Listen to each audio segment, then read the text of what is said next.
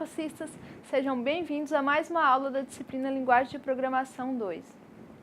Hoje, nós daremos continuidade ao desenvolvimento do nosso sistema de cadastro de funcionários. Nós implementaremos um módulo de pesquisa e a listagem de funcionários. Então, vamos lá. Na aula passada, vimos o módulo de inserção do nosso sistema. Então, nessa aula, a gente implementou essa telinha aqui, a tela principal.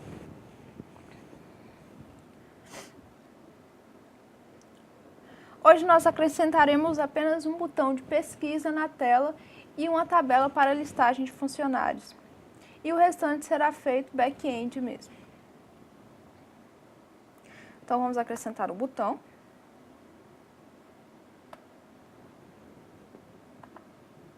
Editar o texto. Vamos colocar pesquisar.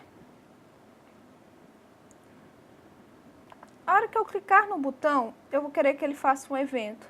Então, eu vou vincular um evento a ele na hora que eu clicar. Tá? Vai ser em Action Performer. Eu vou colocar uma funçãozinha que vai ser executada quando eu clicar no botão. Eu vou renomear ela aqui para Search de pesquisa Action Performance. Esse Search.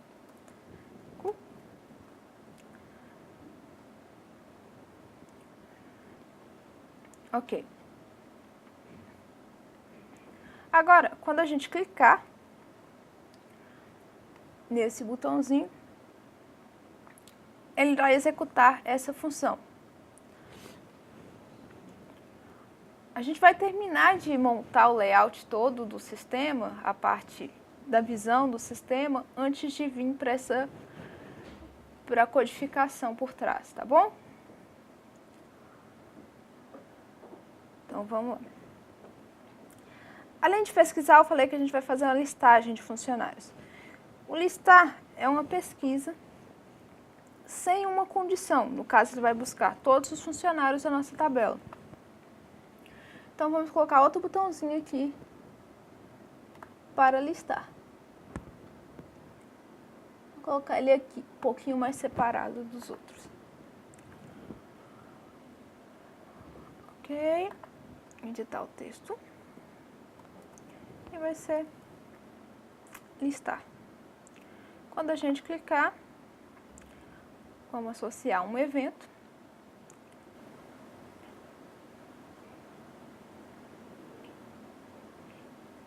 E a gente vai chamar a função list, Action Performer. Ok. Já temos dois botões.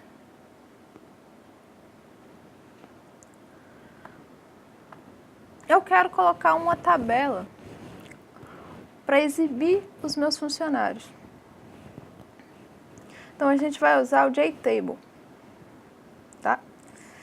E tá aqui em Control Swing, essa tabelinha aqui. Antes de colocar a tabela, a gente vai colocar um painel.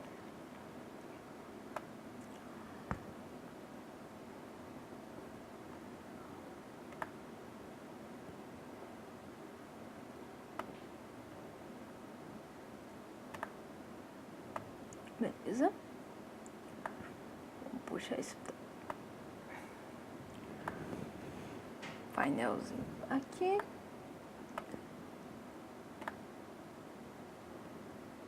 Tranquilo? E vamos puxar uma tabela para cá agora. Pode clicar duas vezes em cima do elemento e a gente vai poder mexer só com ele. Vamos inserir agora a tabela. Se quiser voltar para o outro painel, você pode clicar aqui nesse menu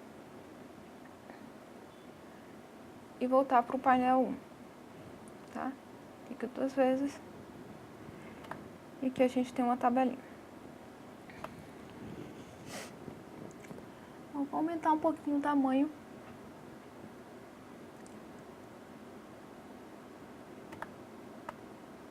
do painel, só para ficar mais bonitinho.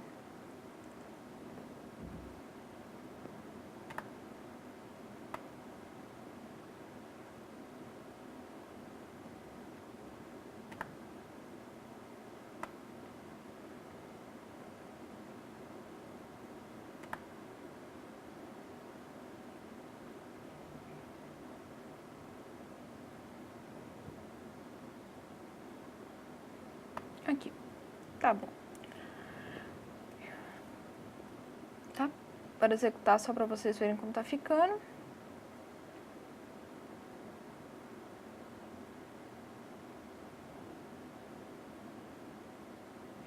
Bacana? Aqui a gente pode editar esses conteúdos aqui no projeto ou na codificação. Eu vou colocar aqui em conteúdo da tabela, a gente muda algumas coisas aqui, outras a gente vai ver mais adiante. Eu não vou pegar todos os dados de funcionário porque vai ficar vai ficar uma tela muito cheia de informação. Então, eu vou trazer só 4 campos para essa tabela. CPF, nome, a gente pode buscar também cargo, né, de funcionário, e data de nascimento. Agora a gente vai ver o que tem por trás disso aqui. Para a gente não levar muito tempo, porque nossa aula é curta, a gente vai apenas comentar o código, em vez de implementar agora. Então aqui, pesquisar, como eu já tinha falado quando a gente estava mostrando como montar a tela, vai chamar esse Surge aqui, Action Performer. Quando a gente clicar no botão, ele vai fazer o seguinte. Ele vai abrir uma caixa de diálogo, pedindo para você digitar o CPF do funcionário. Você digita o CPF e ele vai buscar esse CPF. Se ele encontrar, ele vai setar os campos do nosso formulário com os dados do funcionário. Senão, ele vai dizer que não existe um funcionário com CPF informado. Ok. É só isso aqui por enquanto. Agora, vamos ver o que está por trás desse método buscar de funcionário. O funcionário está aqui, é uma das nossas classes principais.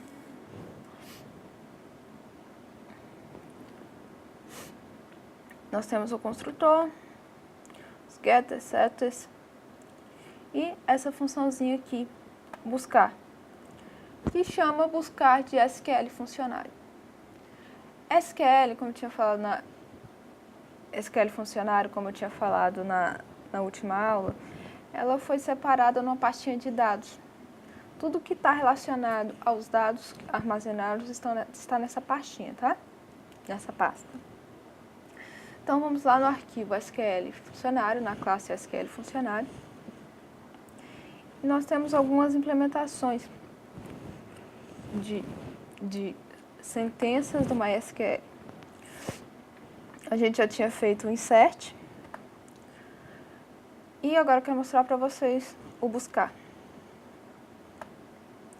A nossa sentença para consulta no SQL usa uma estrutura select from where, onde o select define quais são os campos que nós vamos buscar da tabela. Tá? Eles são separados por vírgula. E a gente pode usar esse as para fazer um alias. No caso aqui, funcionário.cpf, eu preciso especificar que eu estou buscando o CPF da tabela funcionário porque tanto pessoa quanto funcionário tem CPF. Então, eu defino que o CPF é da tabela funcionário e coloco um alias no campo dizendo que o campo chama CPF mesmo. Então, não tem confusão na hora de selecionar o campo. Nessa consultinha, a gente está fazendo uma seleção em 2 tabelas. A tabela funcionário e a tabela pessoa. Isso porque os dados relacionados à pessoa de funcionários são armazenados em tabela separada. A gente, não é o nosso foco, mas isso é feito para economia de espaço mesmo. Você, por exemplo, numa empresa que você tem uma pessoa que pode ter mais de um cargo, você teria uma repetição de dados no banco de dados desnecessária. Então você separa os dados que são comuns em uma tabela diferente. Aqui a gente tem funcionário e pessoa. E a gente faz a junção por CPF. A gente busca. Lembra que eu falei com vocês que a gente precisou especificar que o campo CPF vem de funcionário porque CPF existe nas duas tabelas. Nome, RG, sexo e data de nascimento só estão na tabela pessoa. Cargo, turno e salário só na tabela funcionário. Então, a gente não precisa especificar de qual tabela que é, mas não vai dar erro se a gente colocar. Essa função do MySQL, dateFormat, ou format, não sei, ela transforma o tipo data numa espécie de varchar ou string. Aqui a gente define o formato da nossa string, tá? Esse %d vai trazer dias com 2 dígitos, %m mês com 2 dígitos e %y maiúsculo ano com 4 dígitos. Então a gente tem o formato padrão da nossa data aqui.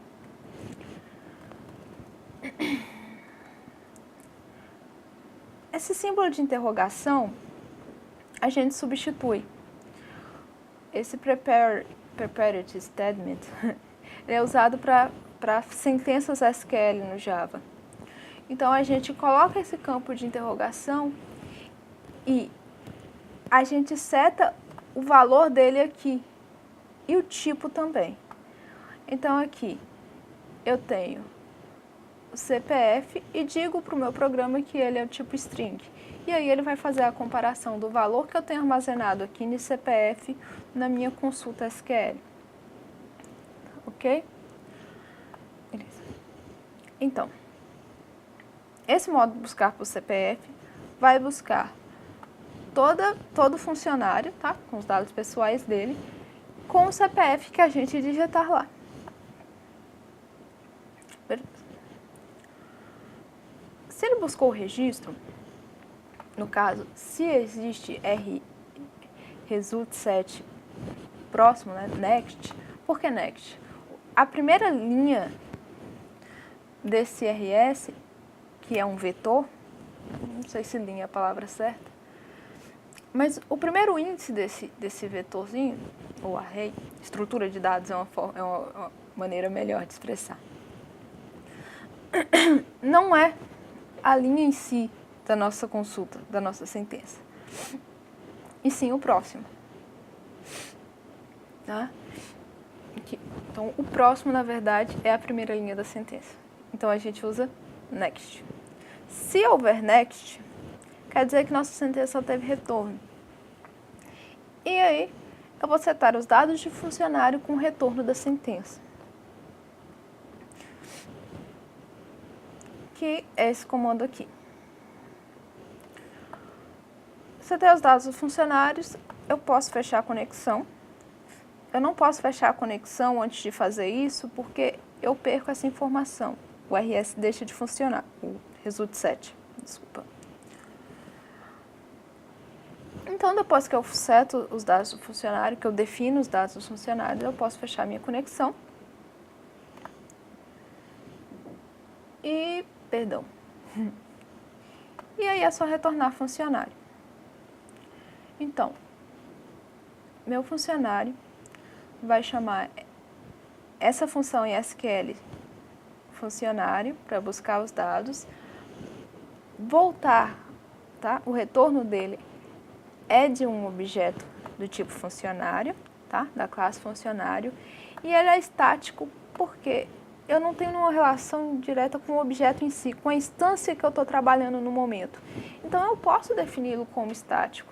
É uma forma até de você ganhar processamentos, tem uma economia no computacional aí. Como eu estava falando, ele é estático, então aqui a gente não precisa definir um objeto para chamar a função, a gente pode chamar só com a classe mesmo, por isso que está aqui só funcionário.buscar. Tranquilo. Ok, se não houver funcionário com o CPF que a gente preencheu na caixa de diálogo, ele vai retornar que não existe um funcionário com o CPF informado. Se não, ou se não, né? Na verdade é o seguinte, o nosso construtor vai setar todos os campos como vazio. Se não houver resultado aqui. Então, de qualquer forma, quando a gente seta os campos no formulário, ele vai setar, independente de eu colocar, dele estar vazio ou não, ele seta os campos com o valor que tem de funcionário. Se não buscou dado nenhum para funcionário, os campos vão estar vazios. Se buscou, eles vão estar preenchidos com o valor que foi pesquisado. Ok. Então, vamos ver como é que isso aqui funciona. Vamos executar aqui. Eu quero pesquisar um CPF. A gente não faz validação de CPF ainda.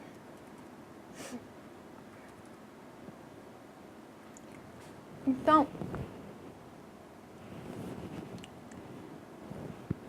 eu não preciso digitar um CPF correto. Eu preciso digitar apenas 11 números. Ok. Não existe o CPF informado. Não existe funcionário com CPF informado. Perdão.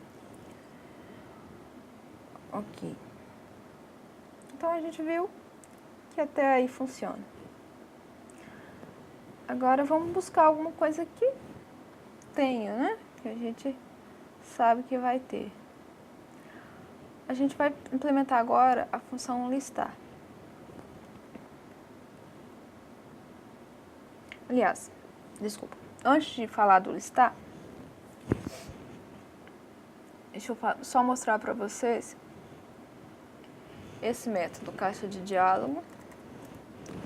Tela mensagem, ele é bem parecido, então não vou mostrar para vocês não. Questão de tempo mesmo. Tá? O que ele faz?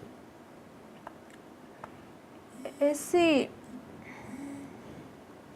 JOptionPane,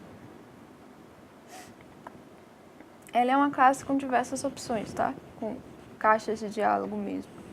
E aí a gente tem caixas de entrada, caixas de mensagem, que é igual aqui na tela mensagem.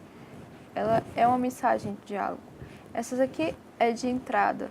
Por isso, quando a gente executa ela, ela vai pedir uma entrada para você. No nosso caso, era o CPF.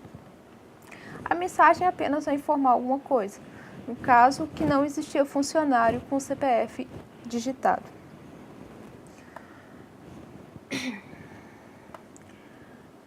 Ok, então, esse é o título que vai aparecer na caixa de diálogo, o tipo de mensagem, tá? E a mensagem em si. Esse aqui eu não vou falar com vocês, não. Ok. Então, vamos falar um pouquinho agora do método list. Quando a gente clicar em list, ou listar, ele vai executar esse método aqui, listActionPerform. O que ele faz? Ele vai executar a função listar da classe funcionário, que retorna uma array de funcionário. E depois, ele vai passar esse array para o método setFieldTableFunc, que é um método para definir os campos, ou definir os campos da tabela de funcionário, aquela tabelinha que a gente colocou para listar esses funcionários. Então, lá em funcionário, a gente tem novamente uma função estática para listar, tá? Tá aqui. E essa função retorna a função de SQL funcionário lá. Nosso listar aqui.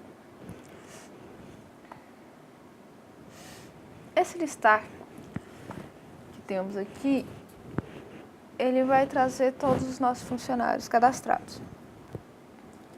Então, o select from é basicamente a mesma coisa, tá? Esse inner join, não sei se eu cheguei a falar antes, é um comando para união de tabelas.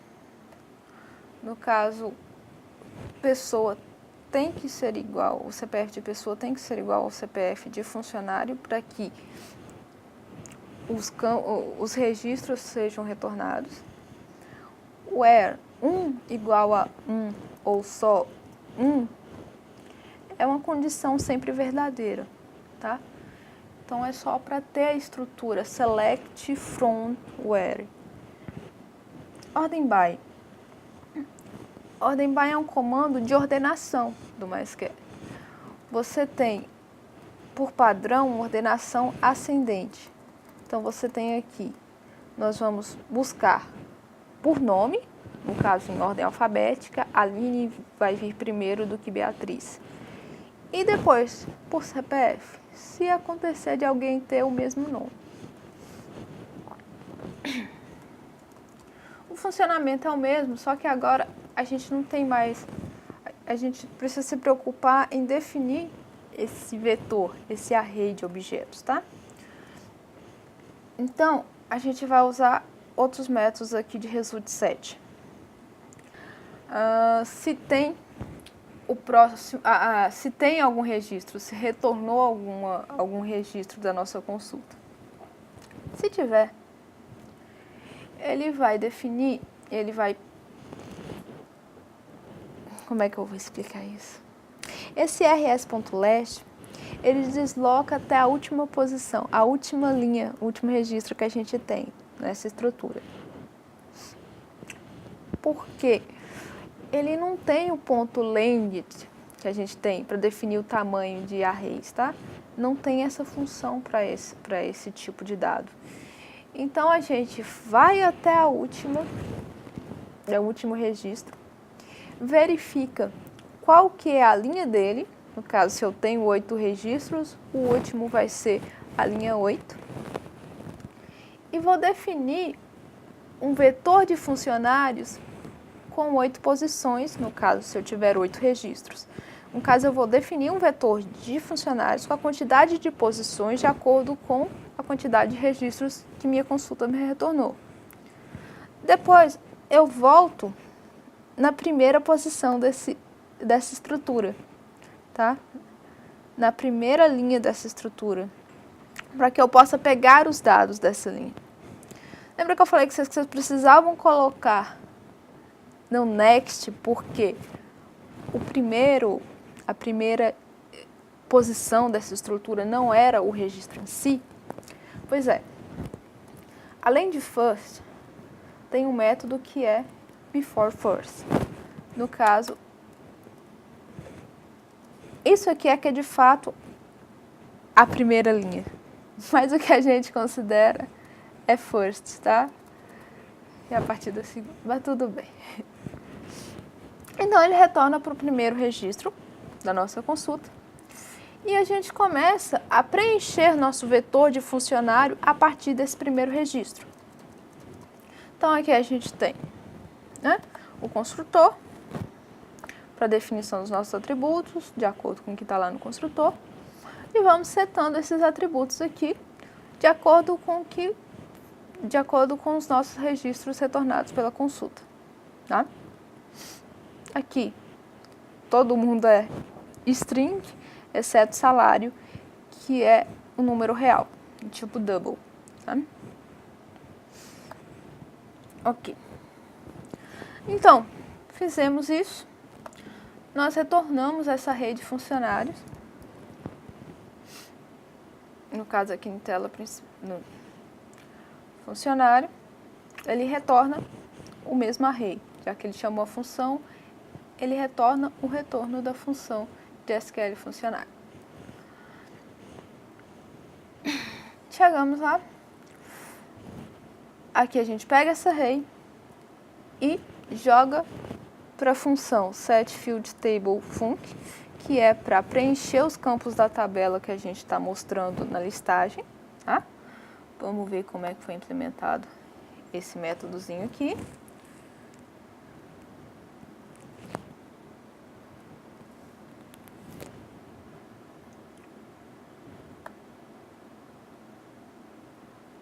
O que eu faço? Aqui eu já tenho um atributo que me fala o tamanho do meu array, no caso length. Vocês percebam que ele é público, tá? Porque a gente está tendo acesso a ele. Mas enfim. Então, o tamanho do nosso array é definido por esse atributozinho length. E a gente pega o tamanho. E define o modelo da tabela, tá? De acordo com esse tamanho.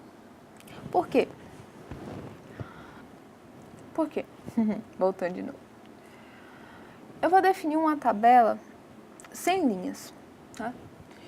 Eu tenho só o nome das colunas aqui, mas eu não tenho linha nenhuma.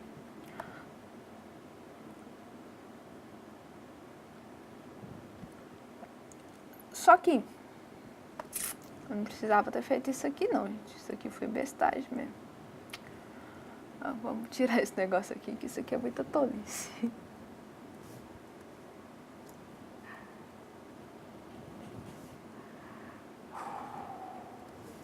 Vou colocar menor ou igual a zero. Deixa assim, depois a gente resolve, senão leva mais tempo. Tá. Aí a gente define, tá? Essa estrutura da tabela, esse modelo da tabela sem linhas, apenas com as colunas. Se eu não tiver nada para preencher isso depois, vai ficar uma tabela feia. Você só vai ver o cabeçalho, sem linha nenhuma. Então, se eu não tiver nada, né, no caso, se tamanho for menor ou igual a zero, que é esse else aqui, eu vou preencher 4 linhas, tá? São aquelas 4 linhas que a gente executou, com valor vazio. Para quê? Para pelo menos ele me mostrar uma estrutura de uma tabela, senão ele só me mostra um cabeçalho. Então eu faço isso aqui. Beleza. Minha funçãozinha aqui é basicamente só para isso. Então, como eu estava dizendo, se o meu array tem alguma coisa, ele vai setar o modelo da tabela sem linha nenhuma e depois ele vai adicionando linhas com os dados do meu funcionário. Que é o que faz essa linhazinha, esse trecho de código aqui, tá? Esse bloco. Depois que eu adicionei as linhas no modelo, eu seto esse modelo, eu defino esse modelo para minha tabela que está lá na minha tela. Essa tabelinha aqui, que é a JTable1. Beleza. Então, o meu listar é isso. Vamos executar?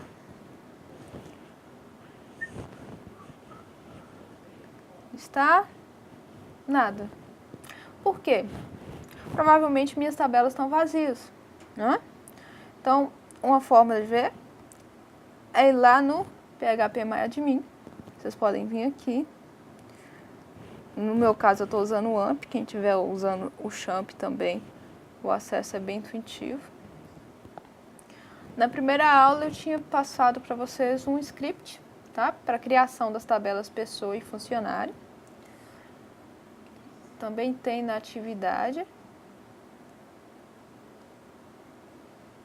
Aí aqui. Pessoa. Resultados da consulta.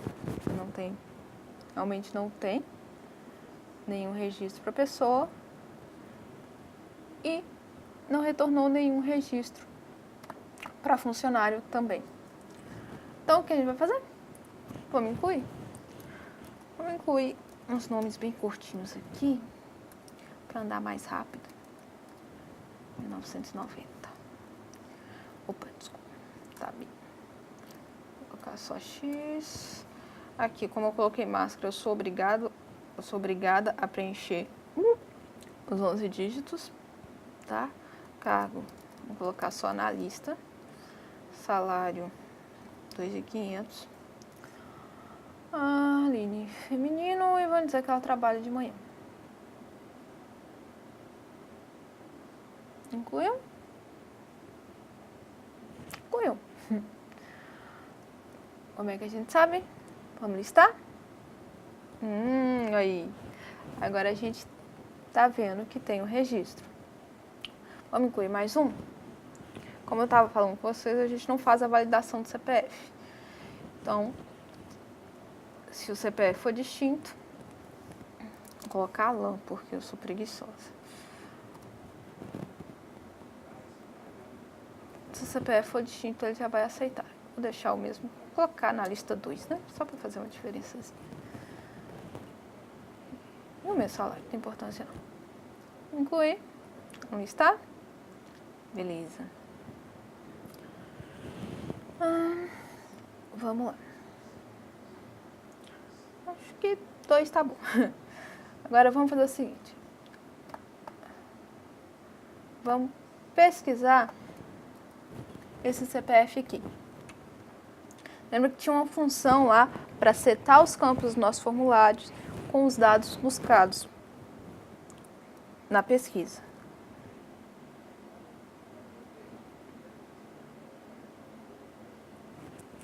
É Alan. Vamos buscar ali, isso não faz diferença não. Pesquisar. Aline.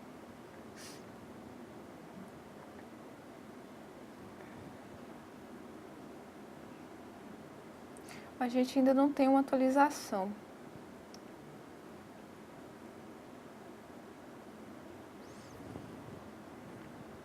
E tem um errinho aí. Vamos resolver esse errinho. Vamos ver como é que tá a nossa consulta agora. A gente pode atualizar, tá? Dá um F5.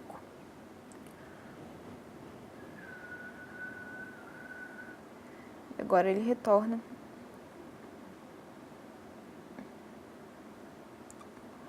os nossos 2 campos de funcionário, pessoa,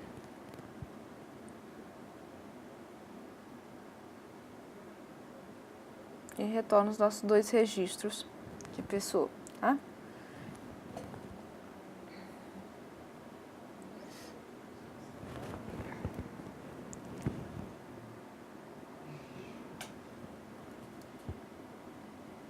Bom.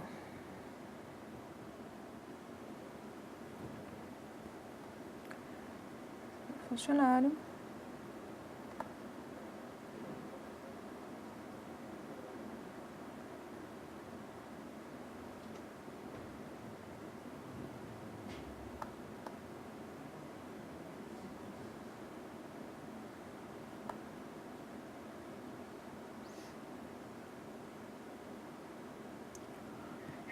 Tá?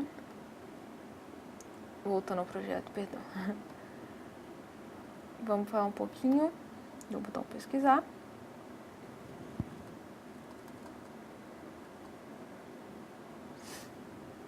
Vamos ver como é que tá essa função. Set field. Funcionário.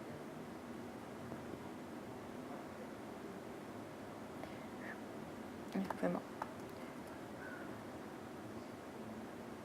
Ai.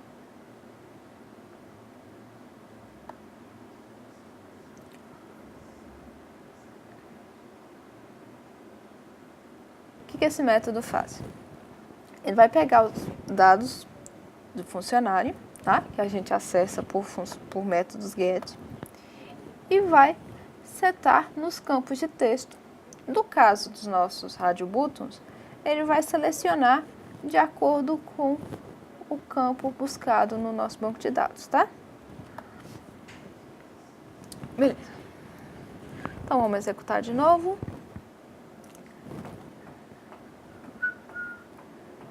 Está. Aqui tenho 2.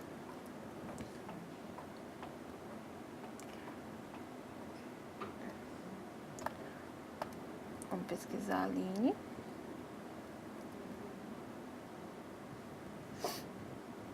E aqui está errado. Os campos de texto estão certinhos.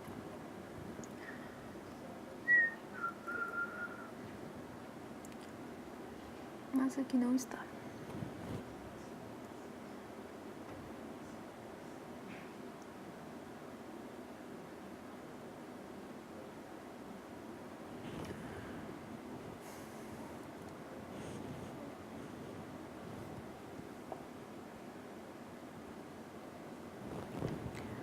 Ok. Nossa aula foi isso.